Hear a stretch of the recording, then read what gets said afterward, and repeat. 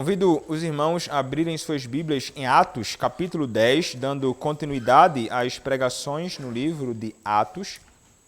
A pregação nesta noite será do verso de número 23 até o final deste capítulo. Atos, capítulo 10, do verso 23 até o verso de número 48, irmãos. Escutem com atenção o que diz a palavra do nosso Senhor. Pedro, pois, convidando-os a entrar, hospedou-os. No dia seguinte, levantou-se e partiu com eles. Também alguns irmãos dos que habitavam em Jope foram em sua companhia. No dia imediato, entrou em Cesareia. Cornélio estava esperando por eles, tendo reunido seus parentes e amigos íntimos. Aconteceu que, indo Pedro a entrar, lhe saiu Cornélio ao encontro e, prostrando-se-lhe aos pés, o adorou. Mas Pedro levantou, dizendo: Ergue-te, que eu também sou homem. Falando com ele, entrou, encontrando muitos reunidos ali, a quem se dirigiu, dizendo: Vós bem sabeis que é proibido a um judeu ajuntar-se ou mesmo aproximar-se a alguém de outra raça. Mas Deus me demonstrou que a nenhum homem considerasse comum ou imundo. Por isso, uma vez chamado, vim sem vacilar. Pergunto, pois, por que razão me mandastes chamar?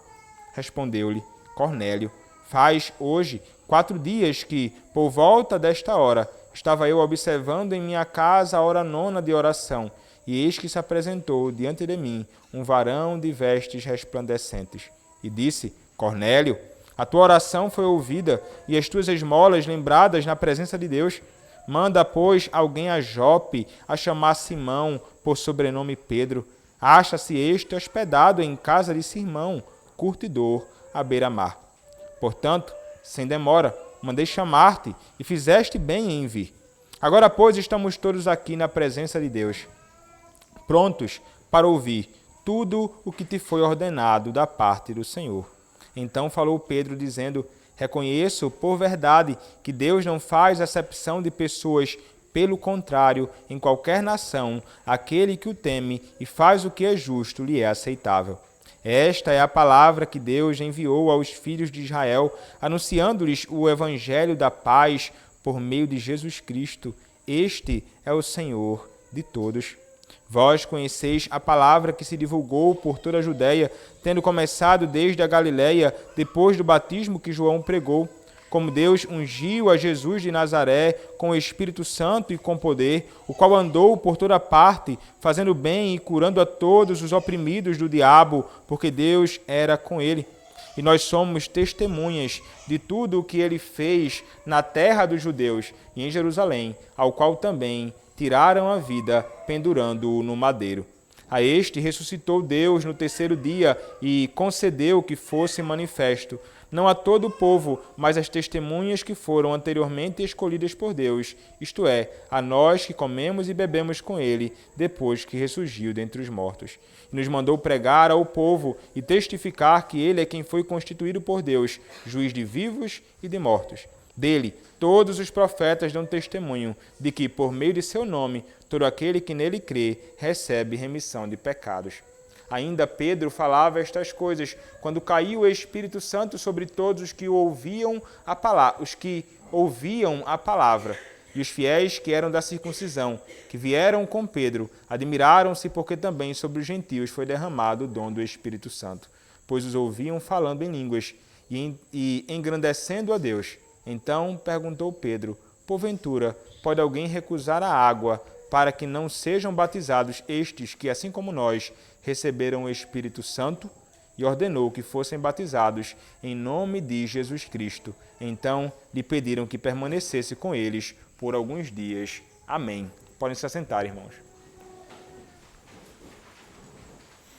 Vamos orar ao Senhor. Senhor, nosso Deus, nosso Pai, mais uma vez, Senhor, neste dia, a Tua palavra está aberta e será, Senhor, mais uma vez exposta. Rogo a Ti, Senhor, neste momento, que o Senhor seja gracioso comigo e que o Senhor me use na exposição desta porção da Tua palavra. Que aqueles que aqui estão entendam que sejam instruídos, que sejam edificados pelo Senhor. Usa-me, Pai, para a glória do Teu nome, é o que eu te peço, em nome do Teu Filho, o Senhor Jesus Cristo. Amém. A palavra do nosso Senhor, irmãos, nos mostra que o Senhor Deus, o Deus que nós conhecemos, é um Deus que é verdadeiramente gracioso, verdadeiramente abundante em misericórdia. E nós contemplamos esta realidade do amor, da graça, da misericórdia de Deus, do Antigo ao Novo Testamento, não somente revelando a sua misericórdia e bondade, dando aos homens coisas materiais para que pudessem viver, sendo eles assistidos pelo próprio Senhor, mas a maior manifestação da misericórdia, da graça de Deus sobre os homens é sobretudo espiritual. Quando o Senhor Deus ele concede aos homens, independentemente de quem são, independentemente da etnia, raça, nação, classe social, não importando-se com isto, o Senhor é aquele que salva pecadores neste mundo. E esta realidade, irmãos, ela é clara no Antigo, mas ela também é ainda mais clara quando nós nos deparamos com a realidade da graça do Senhor sobre os homens no Novo Testamento. Quando nós nos deparamos com o Senhor convidando a todos os homens indiscriminadamente à fé no seu Filho, o Senhor Jesus Cristo. Nós chegamos, irmãos, a uma porção da Escritura no livro de Atos que se mostra como uma porção que é, como toda palavra, obviamente, mas há um momento vivido ali naqueles primeiros dias da Igreja de Cristo, no primeiro século, que marca um evento fundamental, que marca uma ocasião que é sobremodo especial, especialmente para nós que somos gentios, como aqueles gentios que foram alcançados pelo próprio Senhor naqueles dias. Nós temos visto como o Senhor Deus ele tem sido um Deus fiel à sua promessa e à sua palavra, e como ele tem procurado alcançar os homens. E ele diz então, desde o princípio do livro de Atos, como nós vimos nas primeiras exposições, que essa palavra ela haveria de alcançar os homens, não somente em Jerusalém, Samaria, Judeia, mas até aos confins da terra. E aqui, irmãos, nesta porção nós encontramos o cumprimento desta declaração do Senhor Deus, que é fiel e abundante em misericórdia, estendendo-a a todos os homens. E nós vimos como o Senhor tem conduzido tudo isso de um modo muito especial. Nós vimos como o Senhor Deus, ele conduziu o seu servo Pedro a que pudesse então receber da parte do próprio Senhor uma revelação. Revelação do Senhor que não se limitou a Pedro. Nós vimos que esta revelação do Senhor foi também feita ao próprio Cornélio. E como o Senhor Deus, ele procura, através da sua revelação particular a estes homens, conduzi-los a um encontro muito marcante. Então Cornélio, nós veremos aqui, ele vai repetir esta realidade da manifestação do Senhor para ele. Ele atende prontamente ao Senhor. E Pedro, depois de certa resistência inicial, sujeita-se à revelação do Senhor e procura então cumprir a sua vontade. Nós vimos na última exposição como Cornélio, ele enviou os seus servos, um soldado piedoso, junto a outros servos da sua própria casa, para que fossem então ao encontro de Pedro. E estes homens chegaram lá. Esses homens bateram a porta de Simão, o curtidor. E estes homens, então, se depararam com o próprio apóstolo Pedro. Pedro, ao se deparar com estes homens, ele, consciente de que o Senhor havia enviado estes homens até o seu encontro, ele vai agir com muita graça neste momento. Revelando assim que ele não é alguém que está apegado àquele rigor que havia sido, que era experimentado pelos próprios judeus daqueles dias. Ele vai revelar graça e misericórdia em recebendo aqueles homens com hospitalidade. O texto nos diz no versículo 23, Pedro, pois, convidando-os a entrar, hospedou-os. Quem? Ele hospedou aqueles homens que foram enviados pelo próprio Cornélio. Aqueles homens que bateram a porta, como nos ensinam os versículos anteriores. E então, depois de hospedar aqueles homens gentios, depois de colocá-los para que eles tivessem ali um período de descanso, o texto nos diz que no dia seguinte levantou-se e partiu com eles. Também alguns irmãos dos que habitavam em Jope foram em sua companhia. Então, parece que o texto nos indica que Pedro ele estava como que apressado para, de algum modo, fazer aquilo que o Senhor mesmo ordenou a ele na sua própria revelação. E ele então, depois daquele período de hospedagem aquelas pessoas e de descanso, ele então, imediatamente, no dia seguinte, ele parte para fazer a vontade de Deus. Ele segue então em frente. Ele junto ao soldado, aqueles servos, outros também, e algumas pessoas que também o acompanharam, que serviriam também como testemunha daquele evento extraordinário que estaria para acontecer dentro de pouco tempo. Então, Pedro ele está ávido para fazer a vontade do seu Senhor. Então, o texto nos diz, no versículo 24, que no dia imediato, entrou em Cesareia.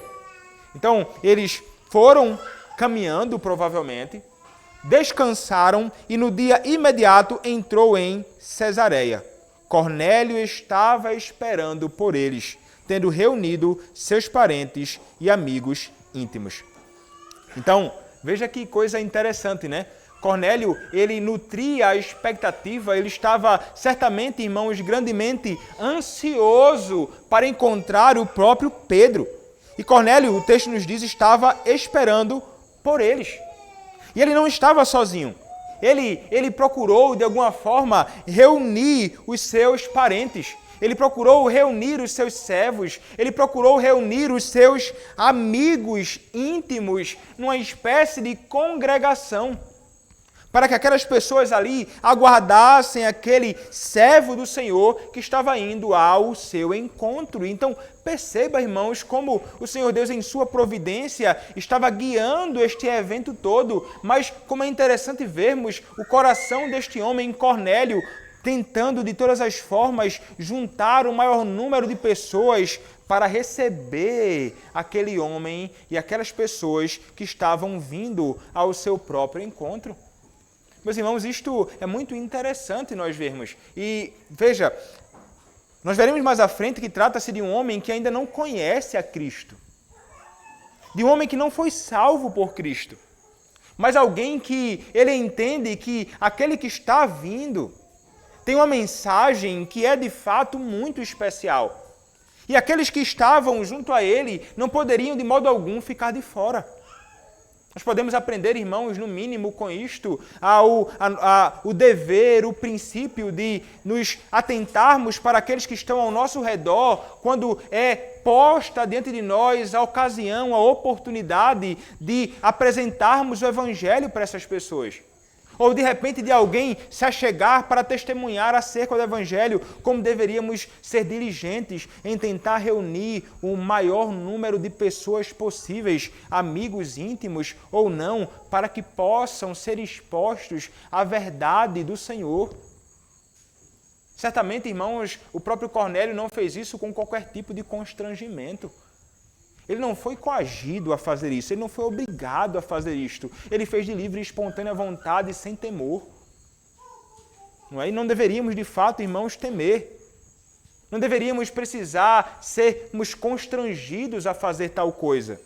Deveríamos ser naturalmente impulsionados a isto, sobretudo nós que conhecemos o Senhor. Assim que tivermos oportunidade e tivermos acesso a alguém, procurar então convidar. Não há mal nenhum nisso. Não há problema nenhum nisto. Não há a menor razão para nos envergonharmos de fazermos isto. E hoje, irmãos, é tão mais fácil do que naqueles dias para convidar alguém e chamar. Hoje nós podemos chamar diretamente, assim, de boca a boca. Hoje nós podemos mandar uma mensagem de áudio, uma mensagem de texto. Nós podemos fazer isso de tantos modos, irmãos, que fazendo assim com que tenhamos uma ocasião oportuna para fazer com que as pessoas possam receber e ouvir algo que seja muito especial, como é a própria palavra do Senhor. Cornélio, ele procura então organizar a sua casa para esse evento. Então o versículo de número 25 nos diz: aconteceu que indo Pedro a entrar, lhe saiu Cornélio ao encontro e prostrando-se-lhe aos pés, o adorou. Perceba aqui o que vai acontecer, irmãos. Como falei anteriormente, no versículo de número 24, nos é indicado que o próprio Cornélio ele estava com a expectativa impressionante de receber, então, aquele servo do Senhor. Contudo, ainda que seja louvável, irmãos, essa disposição no coração, que deve também estar no nosso coração, quando estamos para, em alguma ocasião, receber alguém que é servo do Senhor, que proclama a palavra, ainda que isso seja algo louvável, a atitude dele neste momento aqui, no verso de número 25, é desproporcional, é realmente estranha. Aconteceu que, indo Pedro ao entrar, Cornélio vai correndo ao encontro de Pedro. E o que ele faz, irmãos? O texto nos diz que Cornélio ele vai se prostrar aos pés de Pedro e o adorou. Aquilo ali, certamente, nós veremos, foi estranhíssimo para Pedro.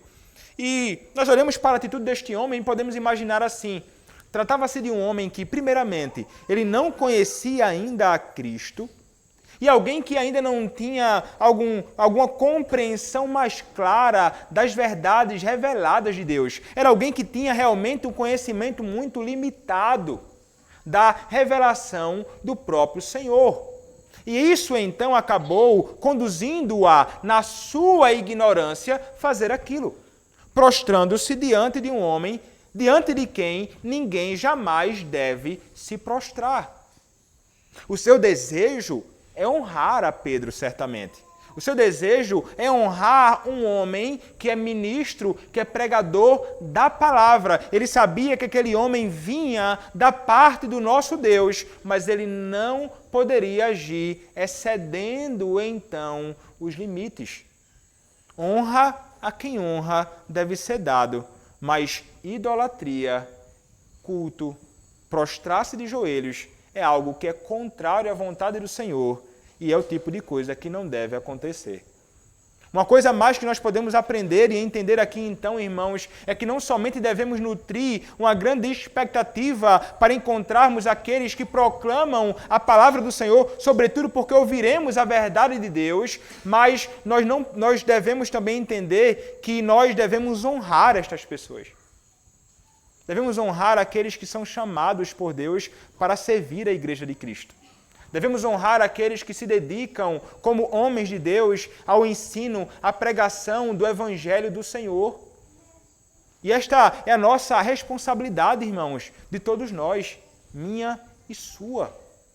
Honrar. Obviamente que não há como muitos fazem por aí. Há muitas igrejas que, lamentavelmente, falam num tipo de honra que está mais parecida com um tipo de culto ou idolatria do que de fato honra e respeito. Um verdadeiro ministro do Senhor se sentiria grandemente ofendido se alguém se prostrar diante dele. Mas não é assim no caso dos homens maus e ímpios, em vários contextos. Como na própria igreja papista e em tantos outros lugares, quando os homens se prostram muitas vezes diante daqueles que são figuras importantes, dos bispos, do papa ou coisa desta semelhança. Algo que não deve de forma alguma acontecer, mas eles acham que isto é interessante, e acham que isso é bom, e acham que isso é adequado, e acham que isso é apropriado, quando na realidade, irmãos, nunca o foi. Nós veremos que o próprio Pedro reprova. Mas muitos vão falar num tipo de honra que é estranho. Existia um homem que até há pouco encontrei-o nas redes sociais, que ele se diz apóstolo Brivaldo. Impressionante esse homem. Como ele pode ser cara de pau e mentiroso. E ele procura falar uma série de coisas e ele vai dizer, ele gosta de falar muito em honra. Ele vive falando em honra, parece que só tem isso. Ele é monotemático, ele só fala sobre isso. E ele vai dizer assim, olha, a unção que você honra é a unção que você prospera. Dependendo então da unção do homem que você honra, se for grande, você também vai prosperar. Então honre o seu pastor, honre o seu bispo, honre o seu apóstolo, e então você vai prosperar, porque a unção que você honra é a unção que você prospera. O pessoal fica impressionado com esses discursos que não fazem o menor sentido. E essas pessoas são tidas como homens extraordinários e impressionantes. E essas pessoas acabam ali, na sua ignorância, sendo seduzidas e enganadas por homens perversos assim. Mas não é o excesso, irmãos, de muitos que deve nos fazer agir com desprezo com aqueles que foram chamados por Deus para servir a igreja de Cristo.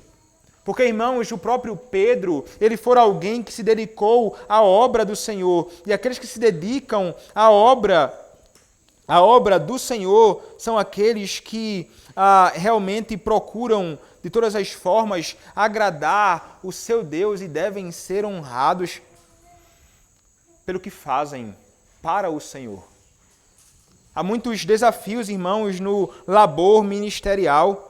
Há muitas coisas na nossa própria caminhada e, infelizmente, há muitos males e coisas que os que são chamados para o ministério acabam experimentando. É interessante as palavras de um puritano.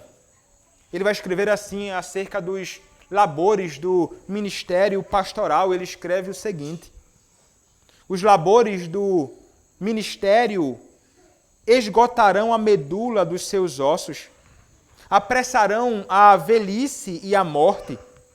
Eles estão bem ajustados em comparação com a labuta dos homens na colheita, aos sofrimentos de uma mulher em trabalho de parto e às agonias de soldados na extremidade de uma batalha. Nós temos de vigiar enquanto os outros dormem. E, de fato, não é tanto o custo de nossos trabalhos como o desprezo dele que nos mata. Não acontece conosco como acontece com os outros trabalhadores. Eles acham seu trabalho como o deixaram, mas nós não. Pecado e Satanás bagunçam quase tudo o que fazemos. As impressões que deixamos sobre as almas do nosso povo num sermão desaparecem antes do próximo. Sim, temos de lutar em defesa das verdades que pregamos, bem como estudá-las até ficarmos pálidos e pregá-las até o ponto de desmaiarmos. Receberemos peitos doloridos, dores nas costas e pernas trêmulas. Mas, se pudermos, por todos os meios, ser aprovados como servos fiéis de Cristo, ouviremos aquela voz saindo da sua boca: muito bem, servo bom e fiel. Que envolve a labuta daqueles que de fato se dedicam ao ministério da palavra para a glória do seu Deus, honrando-o então em seu serviço.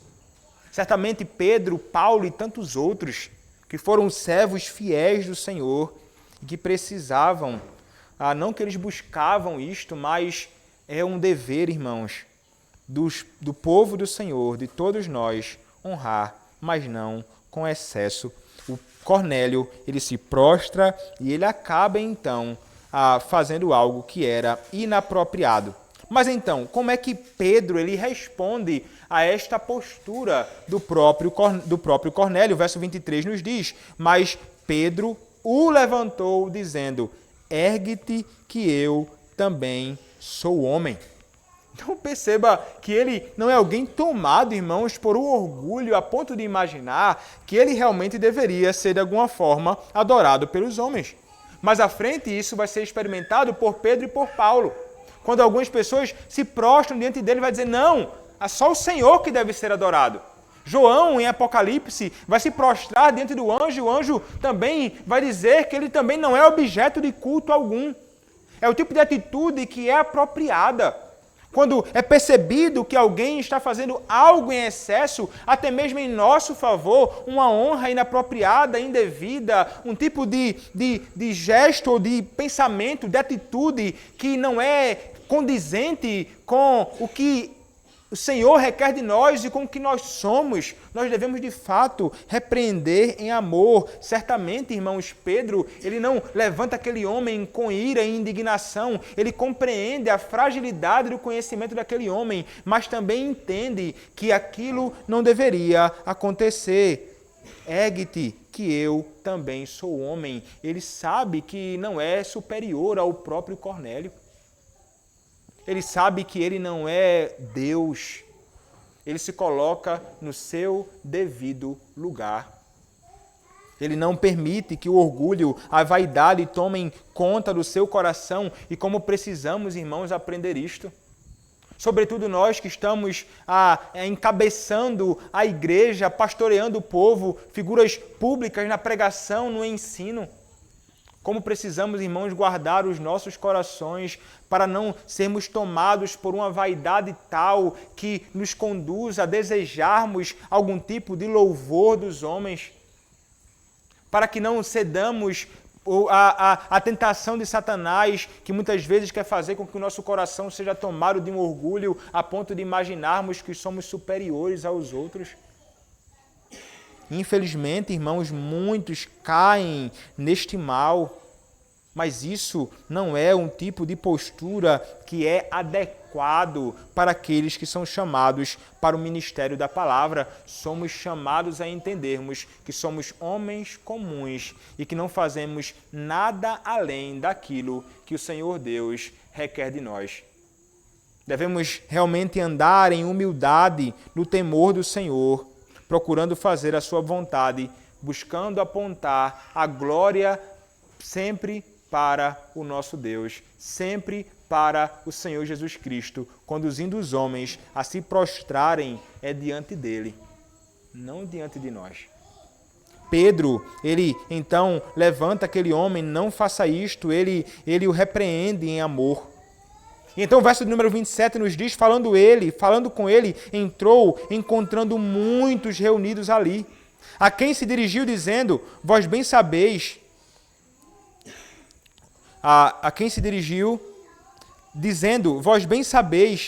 que é proibido a um judeu ajuntar-se ou mesmo aproximar-se a alguém de outra raça, mas Deus me demonstrou que a nenhum homem considerasse comum ou imundo. Por isso, uma vez chamado, vim sem vacilar. Pergunto, pois, por que razão me mandastes chamar?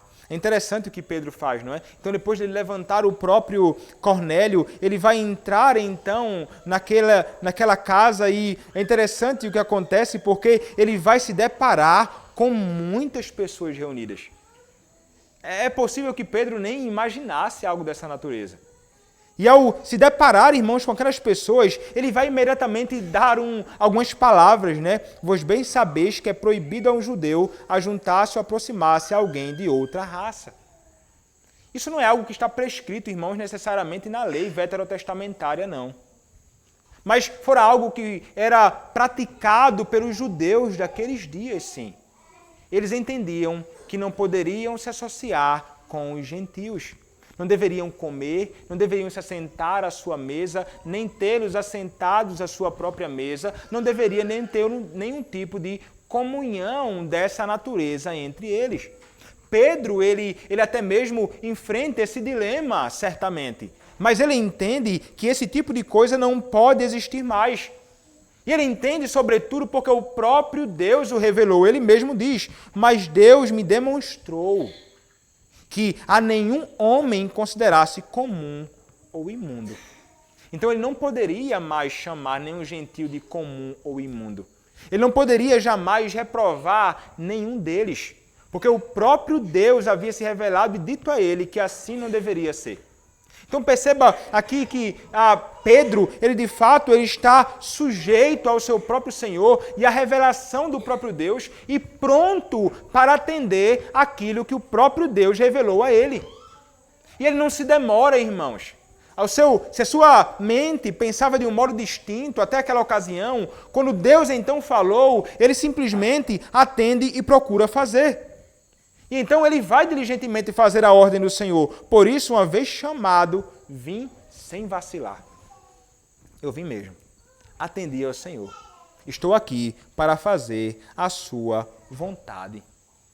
Como é maravilhoso, irmãos, vermos essa disposição de alguém que é de fato obediente às ordens do seu Deus.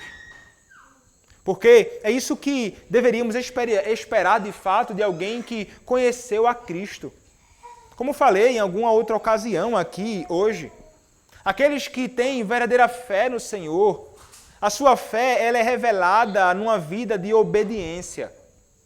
Nós iremos atender diligentemente aquilo que o próprio Deus ordenou.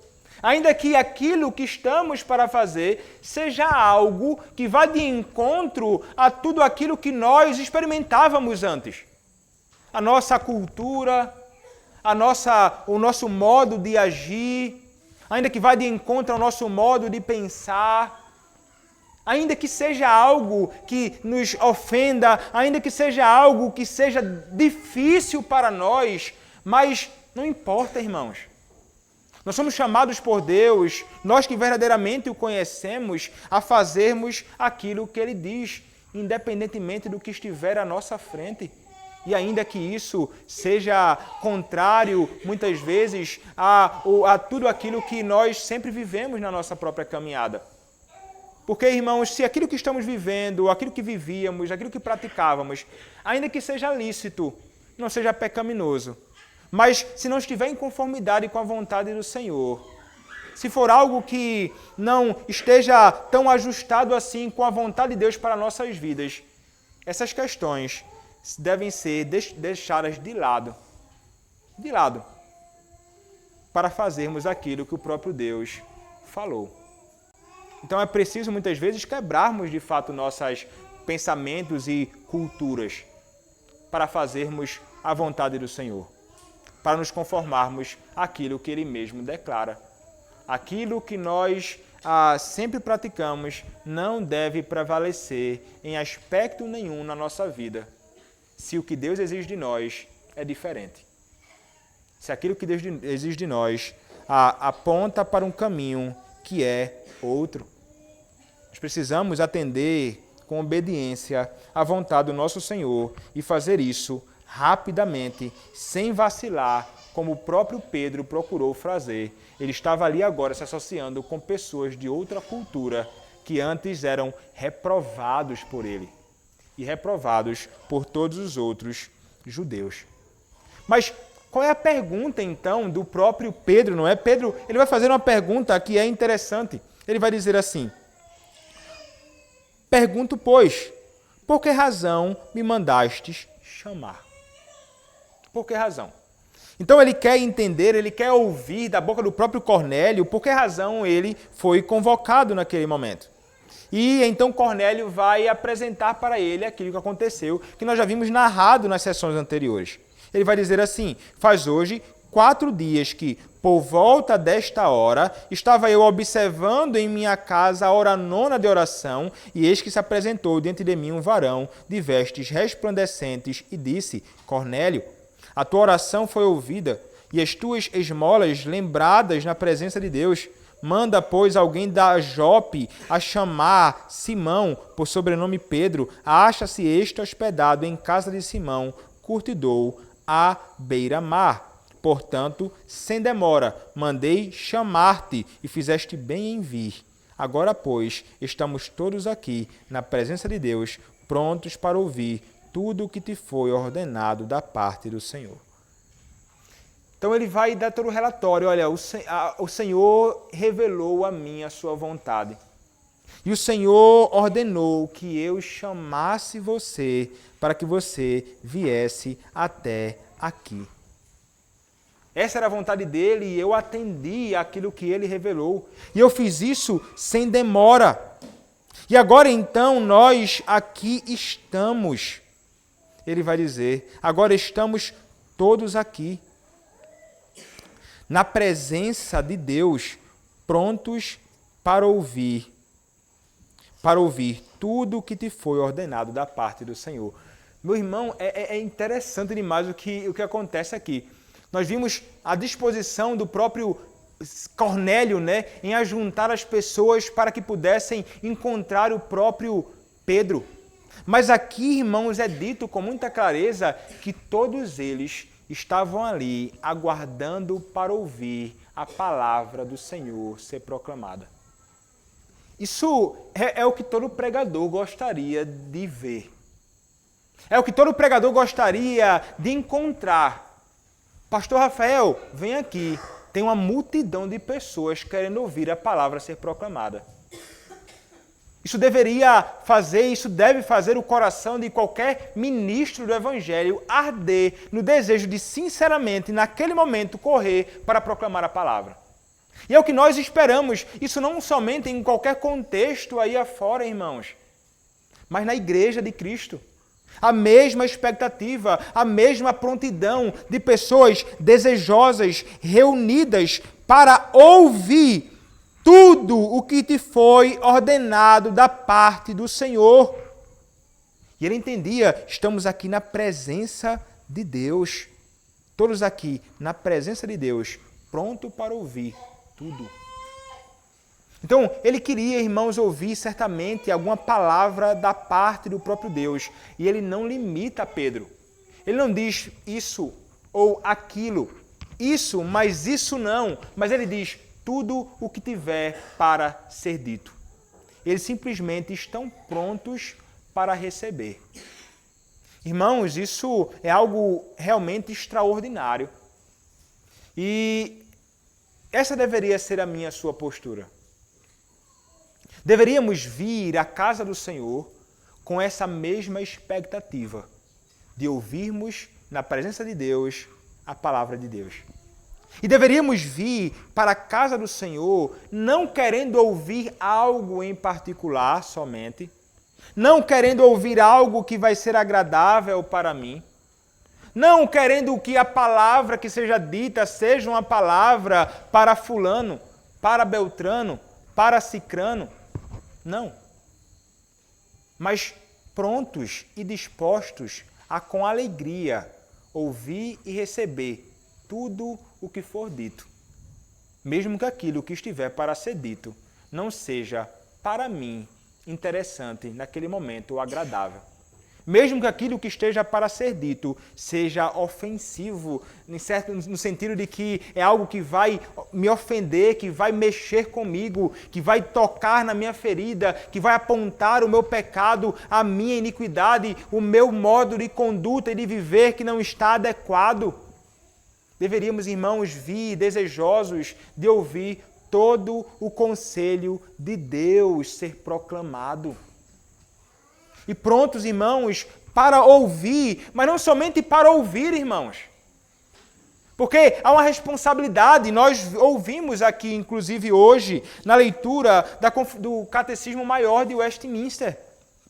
Aquilo que aquelas pessoas experimentam naquele contexto com os quais o próprio Pedro vai se deparar numa ocasião oportuna para a pregação do Evangelho, é exigido de nós e nos é ensinado no nosso catecismo que exige-se dos que ouvem a palavra pregada, que atendam a ela com diligência.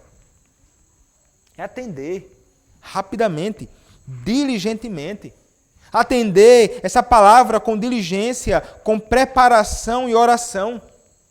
Exigido, irmão, de você que ouve a palavra ser pregada, que você compare com as Escrituras aquilo que escutam, como os bereanos faziam.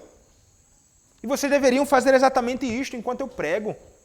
Procurar conferir se de fato isto que eu estou dizendo está em conformidade com a revelação do próprio Deus. Mas não somente isto, irmãos. É necessário que recebam a verdade com fé, crendo naquilo que, se for pregação fiel de Deus, deve ser abraçado com fé, com confiança. Deve ser abraçado com amor. Deve ser abraçado com mansidão. Deve ser abraçado com prontidão de espírito, como palavra de Deus. Responsabilidade de vocês. Para que não sejam apenas ouvintes disto, mas bons ouvintes da palavra. E essa palavra, irmãos, anunciada, ela deve ser meditada, vocês devem meditar nela. Pensar acerca do que está sendo dito. Conversar sobre a palavra do Senhor. E devem procurar, através da meditação, esconder essa palavra em seus corações, a fim de que produzam os devidos frutos em sua vida, para que não sejamos apenas ouvintes da palavra. Para que não sejamos apenas ouvintes, mas sejamos também operosos, praticantes de toda a vontade do Senhor. Então, irmãos, isso é o que é requerido de ti. Isso é o que é exigido de mim. Isso é o que é exigido de todos nós, quando a palavra de Deus ela é aberta diante dos nossos olhos para ser proclamada. Eu espero que o seu coração fique ardendo no desejo de ouvir as palavras de Cristo. Eu espero que o seu coração esteja ardendo, como estava ardendo o coração dos discípulos no caminho de Emaús, quando ouviam as palavras de Cristo. É assim que deve estar o nosso coração quando nós estamos ouvindo a palavra do Senhor. Eles estavam ali prontos para ouvir aquilo que vinha da parte do Senhor. Então, irmãos, o texto nos diz no versículo seguinte, versículo de número 34, então falou Pedro dizendo: reconheço por verdade que Deus não faz acepção de pessoas. Pelo contrário, em qualquer nação, aquele que o teme faz o que é justo lhe é aceitável. Essa é como que a introdução, as primeiras palavras do próprio Pedro dirigidas àquele homem no seu discurso agora, na sua pregação diante daqueles homens, de todos aqueles que ali estavam reunidos. Pedro vai dizer: reconheço por verdade que Deus não faz acepção de pessoas. E veja, isso não tem nada a ver com o que muitas pessoas já acabam dizendo por aí, ó, Deus não faz acepção de pessoas não, viu? Como vocês na igreja ficam fazendo aí. Que tem que ser piedoso, crente, aquele que é ímpio, aquele que vive, vocês ficam rejeitando, vocês ficam reprovando, vocês ficam condenando. Deus não faz acepção de pessoas dessa forma não, viu? Deus não é esse tipo de acepção de pessoas que o próprio Pedro está falando aqui. Quando Pedro diz que Deus não faz acepção de pessoas, é que ele não vai rejeitar o gentio porque ele prefere o judeu. Ou porque ele vai rejeitar o judeu porque ele prefere o gentio. Ou porque o Senhor prefere o brasileiro e não o argentino. Ou o Senhor prefere o argentino e rejeita o brasileiro. Nada dessa natureza. Ele está dizendo que ele não faz acepção de pessoas, que ele não vai separar ou vai desconsiderar, ou que ele não se importa com que nação a pessoa é, qual a sua etnia, raça, cor, qual a sua classe social, não importa quem seja a pessoa, Deus, ele não faz acepção de pessoas nesse sentido, e ele até mesmo acrescenta mais no versículo seguinte, ele vai dizer assim: pelo contrário, em qualquer nação. Então não importa qual seja a nação. Aí ele diz: aquele que o teme e faz o que é justo lhe é aceitável. Então, ele não está dizendo aqui que é aceito por Deus aqueles que fazem o que é justo, né? Aquele que teme a Deus, como se alguém simplesmente por se conformar externamente com a religião fosse aceitável a Deus. Não é? Alguém que não é crente, mas ele faz coisas boas, então Deus o aceita. Como se fosse possível alguém ser aceito por Deus pelas suas próprias obras. Ele está simplesmente dizendo que aqueles que conhecem ao Senhor, entre outras nações, que fazem o que é bom, que temem a Deus e fazem o que é justo, são aceitos por Deus. Ele está falando sobre os que já temem, os que já o conhecem, que independentemente de ser de outra nação, um não-judeu é aceitável pelo Senhor. Deus, ele não se importa com a sua raça, cor, a sua etnia. Nada disso para o Senhor é considerado quando Ele quer salvar os homens. Ele salva todos, indiscriminadamente. Não é? E eu não estou dizendo aqui não há salvação universal, viu, por todas as pessoas. Eu estou falando que Ele salva o pecador arrependido, não importa de onde você venha. Então, irmãos, ele depois de declarar esta realidade, ele vai começar a realmente anunciar a palavra, ele vai começar a anunciar o Evangelho. Esta é a palavra que Deus enviou aos filhos de Israel, anunciando-lhes o Evangelho da paz por meio de Jesus Cristo. Este é o Senhor de todos. A pregação de Pedro, irmãos, provavelmente bem resumida aqui, é muito simples. É muito simples. Ele vai dizer, esta é a palavra que Deus enviou aos filhos de Israel, anunciando-lhes o Evangelho da paz. O Evangelho da paz por meio de Jesus Cristo. Este é o Senhor de todos. Então, este Evangelho que é o próprio Senhor Jesus Cristo, este Evangelho da paz. Não é que vai, de fato, reconciliar os homens com Deus, que vai trazer paz entre aqueles que são inimigos e estão em guerra, como vai dizer o próprio apóstolo Paulo, né, em Romanos capítulo 5, verso 1. Justificados, pois, mediante a fé temos paz com Deus. É o Evangelho que traz paz e reconciliação entre Deus e os homens. E ele entende que ele fora enviado para anunciar este Evangelho por meio de Jesus Cristo. Este é Senhor de todos. Quem é Senhor de todos? Cristo. Ele é o Rei, Ele é o soberano, Ele é Deus sobre todos, Ele é mediador sobre todos os homens. E somente Ele. Perceba que o sermão do próprio Pedro, ele é simples, mas é um sermão, irmãos, cristológico. Ele tem Cristo como centro da sua proclamação. Ele não vai ficar com arrudeios, ele não vai ficar tentando colocar outra coisa ou outra pessoa no meio da sua proclamação, mas ele entende que somente Cristo, de fato, deve ser anunciado, este Cristo que é o Senhor de todos, tanto de judeus quanto de gentios.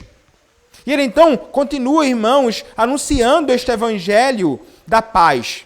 Ele vai dizer, vós conheceis a palavra que se divulgou por toda a Judéia, tendo começado desde a Galileia, depois do batismo que João pregou. Como Deus ungiu a Jesus de Nazaré com o Espírito Santo e com poder, o qual andou por toda parte fazendo bem e curando a todos e os oprimidos do diabo, porque Deus era com ele. E nós somos testemunhas de tudo o que ele fez na terra dos judeus e em Jerusalém, ao qual também tiraram a vida, pendurando-o no madeiro. Então, ele vai começar a falar sobre o ministério de Cristo. Ele vai dizer que este Senhor, Jesus Cristo, ele é aquele que, ele vai começar então dizendo, vos conheceis a palavra que se divulgou por toda a Judéia, tendo começado desde a Galileia, depois do batismo que João pregou. Ele está fazendo uma referência aqui ao próprio João Batista. Como Deus, no batismo do próprio Senhor Jesus Cristo, ungiu o Senhor Jesus Cristo com o Espírito Santo e com poder. A ocasião em que Cristo ele foi capacitado para exercer o seu próprio ministério. E a partir ali, então, da sua capacitação, de ter sido cheio do Espírito Santo naquele momento, na ocasião em que ele é ungido, o Cristo de Deus, ele vai sair, então, para fazer a obra que o próprio Deus confiou a ele. Ele vai dizer que ele andou por toda parte, fazendo bem, curando a todos os oprimidos do diabo, porque Deus era com ele. Então, ele sai capacitado para fazer toda a obra, revelando que ele é Senhor, até mesmo sobre os demônios, expulsando, livrando pessoas do cativeiro do pecado, arrancando-os das mãos do próprio Satanás.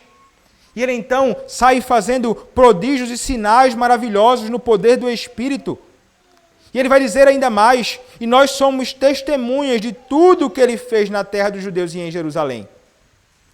Eles contemplaram isto. Eles viram isto. Estavam lá para provar de que, de fato, tudo isso aconteceu. Aí ele acrescenta, ao qual também tiraram a vida, pendurando-o no madeiro. É interessante porque ele vai dizer aqui aos gentios que aqueles homens de Jerusalém, os judeus, crucificaram a Cristo pendurando-o no madeiro. Esse Cristo que, ao ser lançado no madeiro, como nós sabemos, como nos ensina a Deuteronômio capítulo 23, verso de número 21, bem como Gálatas capítulo de número 3, aquele homem que é pendurado no madeiro, ele é considerado como maldito. Então ele está dizendo, olha, este Cristo, ele foi morto. E ele foi pendurado no madeiro. Ele anuncia a morte de Cristo. Ele anuncia Cristo e este crucificado. Que é de fato, irmãos, a responsabilidade de todos aqueles que são chamados para o ministério da palavra. Era exatamente esta a compreensão dos próprios servos do Senhor, não somente de Pedro, mas era também o entendimento do próprio apóstolo Paulo, que entendia, irmãos, que ele deveria proclamar Cristo e Cristo crucificado, que era loucura para os gentios, que era escândalo para os judeus, mas ele entendia que era poder de Deus para a salvação de todo aquele que crê. Então, o testemunho, irmãos, de Pedro é fundamental porque ele fala sobre esta obra de Cristo na sua humilhação, a obra da redenção, mas também na sua própria exaltação. Porque ele vai falar mais ainda. A este ressuscitou Deus no terceiro dia e concedeu que fosse manifesto. Não a todo o povo, mas às testemunhas que foram anteriormente escolhidas por Deus, isto é, a nós que comemos e bebemos com ele, depois que ressurgiu dentre os mortos. Então, perceba aqui, ele vai falar agora sobre esta obra de Cristo consumada. É Cristo ressuscitando para a nossa justificação. E ele diz, ele ressuscitou ao terceiro dia. E alguns contemplaram isso, mas não todo o povo, ele vai dizer, mas as testemunhas que foram anteriormente escolhidas pelo próprio Senhor para contemplar aquele evento maravilhoso da sua ressurreição. Muitos contemplaram, muitos foram de fato testemunha, e para confirmar que de fato ele ressuscitou, e não ressuscitou como uma alma somente, como um espírito que saiu vagando por aí, ele vai dizer, ele não somente ressuscitou, mas nós comemos e bebemos com ele, depois que ressurgiu dentre os mortos. Então ele ressuscitou num corpo de fato real e podemos desfrutar da comunhão com ele, assentando-nos à mesa com ele. Isso deveria servir para eles como um testemunho. De fato, Cristo, ele ressuscitou. Não acreditem na mentira propagada pelos oficiais que diziam que alguém tomou Cristo do túmulo, que seus discípulos foram lá e arrancaram-no para fazer com que esta mentira fosse propagada. Ele lança por terra esse argumento e diz, Cristo ressuscitou, comemos com ele, você pode ter certeza disto. Mas ele anuncia o triunfo de Cristo na ressurreição dos mortos, vencendo a morte, vencendo o diabo, vencendo Satanás, o inimigo de nossas almas, ali naquele contexto da sua própria ressurreição. E este que ressuscitou nos mandou pregar ao povo e testificar que ele é quem foi constituído por Deus, juiz de vivos e de mortos. Aí ele vai falar sobre a ordem de Cristo, que eles deveriam sair e, de fato, pregar a palavra do Senhor. Este era o ministério deles. E eles deveriam pregar ao povo, todo o conselho de Deus, mas aqui ele vai acrescentar um ponto específico, que foram chamados a testificar que ele é quem foi constituído por Deus juiz de vivos e dos mortos. Ele está falando aqui, irmãos, sobre o juízo que haverá de vir da parte de Cristo contra os homens.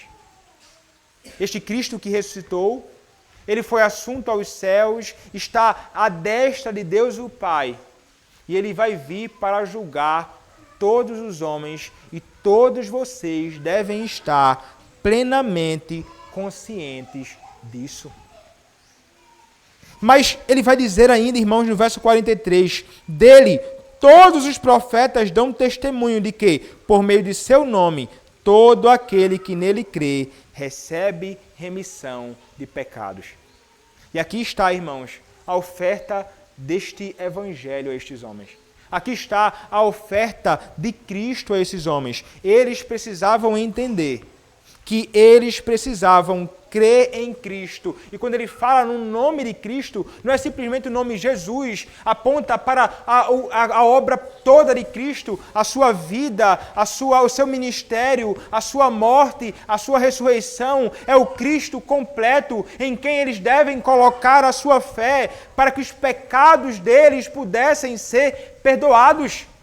Então perceba que por mais que aquelas pessoas estivessem ali interessadas em ouvir a palavra, estivessem de alguma forma envolvidas externamente em conformidade com a religião, como o próprio Cornélio estava, nada daquilo era suficiente para salvá-los. Ficou claro, irmãos, que a pregação do Evangelho era urgente e era necessária para que aquelas pessoas encontrassem verdadeira salvação. E ele vai, irmãos, ofertar esse evangelho a todos, agora os gentios. Ele não vai perguntar quem são. Não importa também quem são.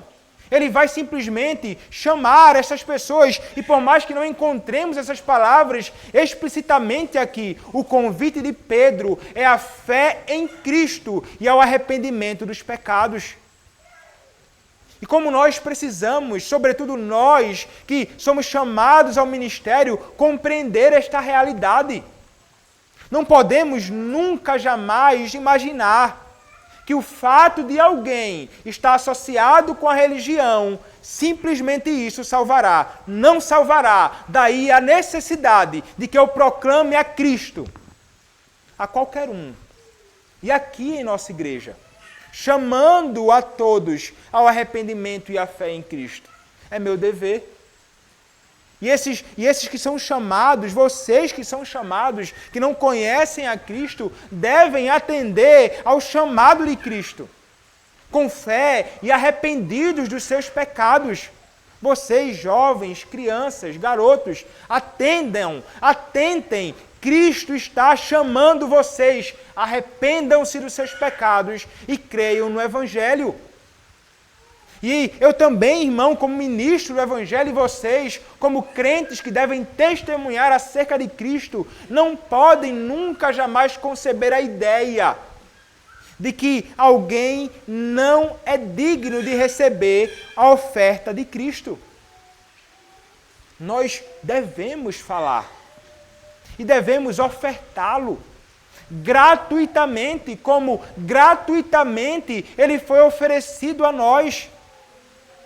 São todos chamados a comprar e comer pão, vinho e leite sem dinheiro nem preço, a correrem para o Senhor.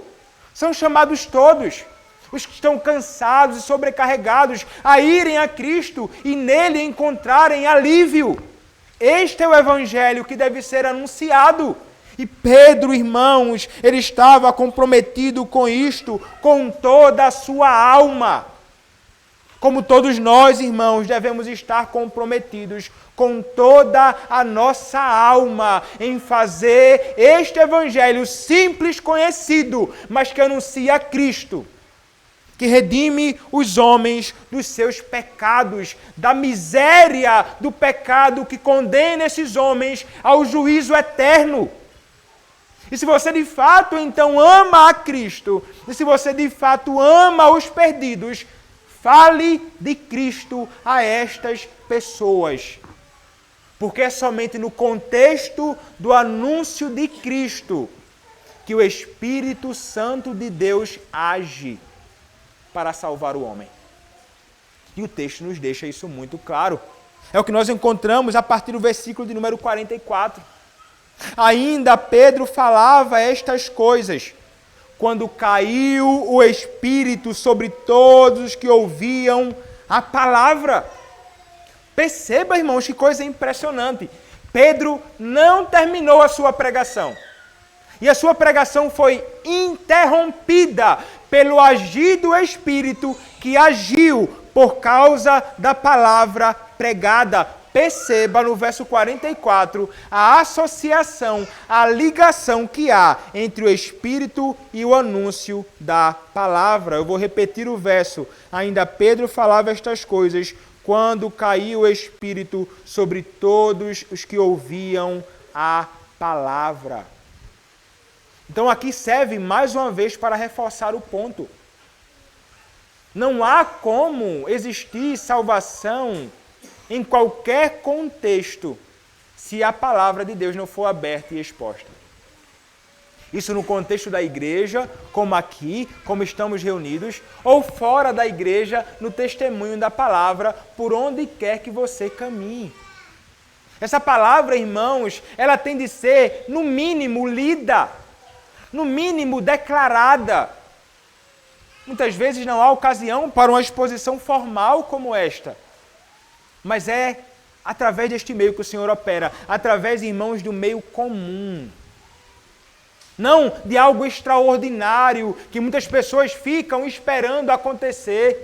Nós estamos aguardando o extraordinário. Nós desejamos a salvação dos homens neste mundo, mas não há pregação. Como haverá?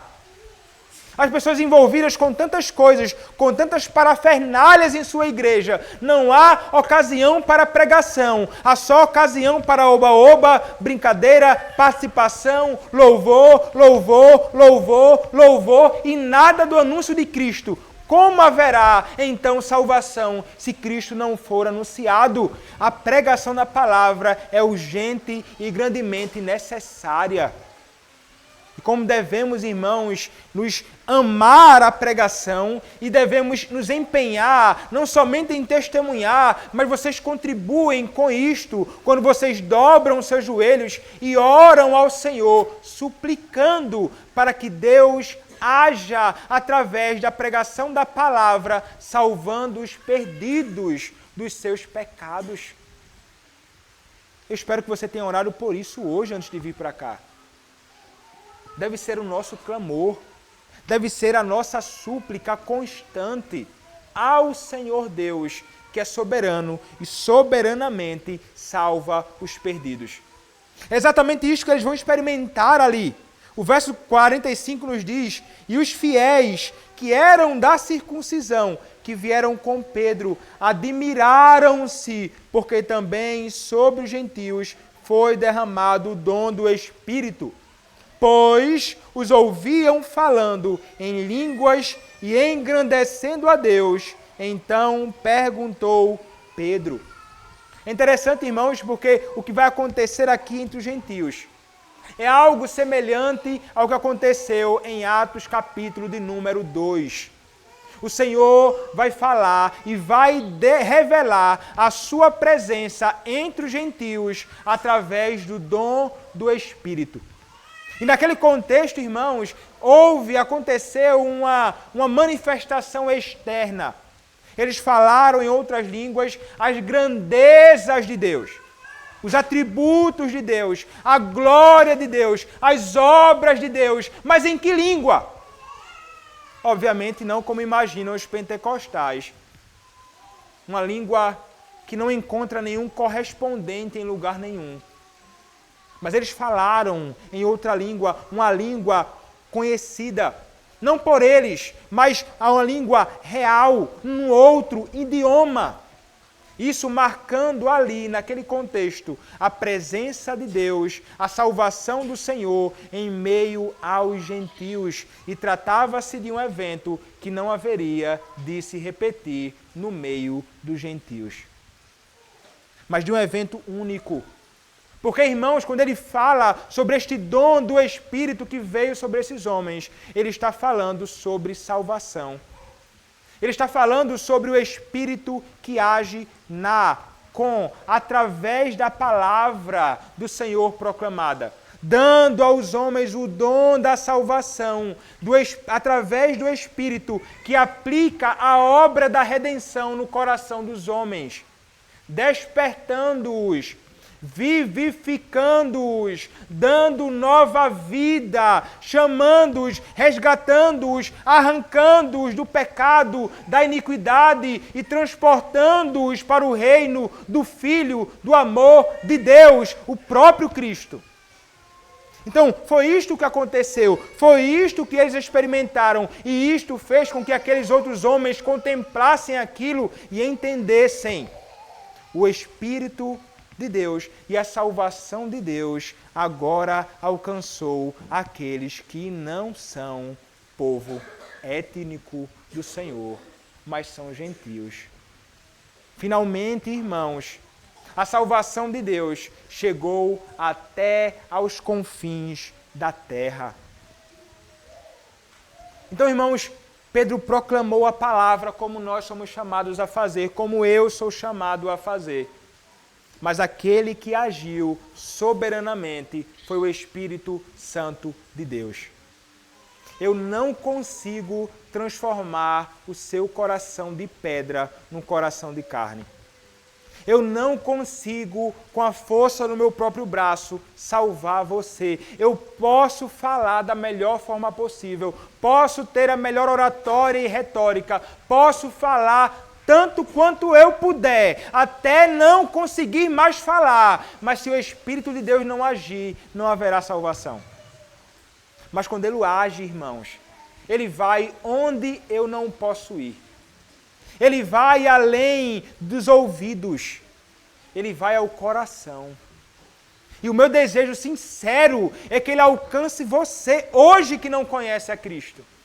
O meu desejo é que o Espírito Santo de Deus, que soberanamente age através da palavra, transforme você e que te salve hoje, concedendo a você a graça da fé, concedendo a você a graça do arrependimento dos seus pecados e conduzindo-te a Cristo, porque você precisa de Cristo.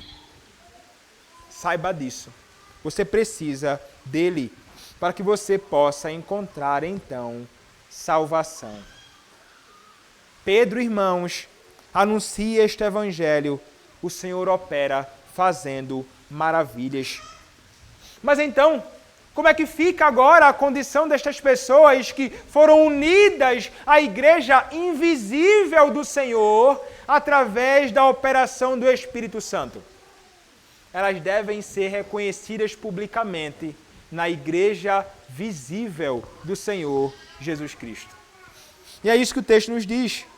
Versículo de número 46, o final do versículo 46 e o verso 47 e 48 diz assim: Então perguntou Pedro, porventura pode alguém recusar a água para que não sejam batizados que assim como nós receberam o Espírito Santo? E ordenou que fossem batizados em nome de Jesus Cristo. Então lhe pediram que permanecesse com eles por alguns dias. Pedro vai entender, irmãos, a necessidade de que aqueles que foram salvos pelo Senhor, pela graça de Deus revelada em Cristo, fossem admitidos à igreja de Cristo. Aqueles que agora têm Cristo por seu Salvador, devem ter Cristo por seu cabeça. E é exatamente isso que acontece conosco. Nós fomos salvos pelo Senhor, Ele é o nosso Salvador, mas é também o nosso cabeça. Nós somos membros do seu corpo e fomos admitidos através do batismo. Sinal e selo externo do pacto da graça. Sinal e selo externo que aponta para uma realidade espiritual experimentada por nós internamente na salvação em Cristo Jesus. Por essa razão, irmãos, trata-se de algo importante. Ainda que não seja um meio para a salvação, Trata-se de um passo fundamental. Se você crê em Cristo, se você foi salvo por Ele, você deve ser admitido às águas do batismo, onde você receberá, diante de Deus e diante dos homens, esse sinal, com água sendo derramada sobre a sua cabeça. E isto, então, servirá como um testemunho claro diante de Deus e do mundo, que você não vive mais para você mesmo, mas que você agora vive para o Senhor Jesus Cristo. Que você morreu para o mundo e agora vive para Deus. E que você agora, então, está no meio do povo do Senhor para viver para a glória deste Senhor, no meio da congregação dos santos. Como todos nós aqui, que um dia fomos chamados e fomos batizados pelo Senhor, hoje temos a graça de fazermos parte da igreja do nosso Senhor e Salvador Jesus Cristo. Que privilégio, meu irmão, nós temos de desfrutarmos disto. E exatamente assim, irmãos, como o Senhor operou, agindo naqueles dias, é o mesmo Senhor que continua agindo hoje, chamando tantos para que venham à casa do Senhor e se tornem verdadeiros servos do Senhor na sua casa e verdadeiros adoradores do nosso Senhor e Deus Trino. O Senhor te chama hoje para Ele, para que você desfrute do mesmo privilégio que nós desfrutamos, nós que conhecemos a Cristo. Nós não somente temos o privilégio de adorá-lo sinceramente, com todo o nosso coração, mas temos também o privilégio de estarmos sob o seu cuidado paternal no meio do seu povo. E temos a graça agora, uma vez tendo nossos pecados cancelados, por causa da obra bendita de Cristo, nós temos a graça, estamos certos de que sobre nós não cairá o juízo do Senhor. Porque alguém se fez maldição por nós, em nosso lugar. Porque alguém recebeu em nosso lugar o juízo. E foi Cristo. Não cairá sobre você, crente.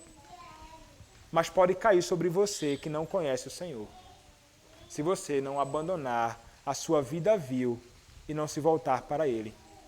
Mais uma vez, eu repito, arrependa-se dos seus pecados e creia no Senhor Jesus Cristo. E como disse o próprio Pedro, todo aquele que nele crê recebe remissão de pecados, recebe a salvação eterna que só pode ser encontrada na pessoa do nosso Senhor e Salvador, Jesus Cristo. Amém. Vamos orar, irmãos, ao nosso Deus. Senhor, nosso Deus, nós te louvamos pela tua palavra e pela graça, Senhor, que temos de ouvir a tua palavra ser exposta. Ó Deus, ó Senhor, rogamos a ti que o Senhor seja gracioso com aqueles que aqui estão e que não conhecem o Senhor. Opera, ó Deus, nos corações deles, através da tua palavra. Dá, ó Deus, a eles vida, como deste a nós que fomos salvos pelo Senhor. Resgata-os da condenação, Senhor. Aplica a obra da redenção de Cristo nos seus corações. Chama-os irresistivelmente, Senhor, para que sejam teu povo, para que junto estejam a nós servindo a ti, e que junto a nós peregrinem para a glória celestial, onde o Senhor está, e que tenham a mesma esperança que nós temos. Ó Deus, e dá-nos também a nós que fomos salvos por ti, corações sempre gratos pela manifestação da tua misericórdia e do teu amor em Cristo. Ó Senhor, nós te rogamos estas coisas, em nome do teu Filho, o Senhor Jesus Cristo. Amém. Convido os irmãos a se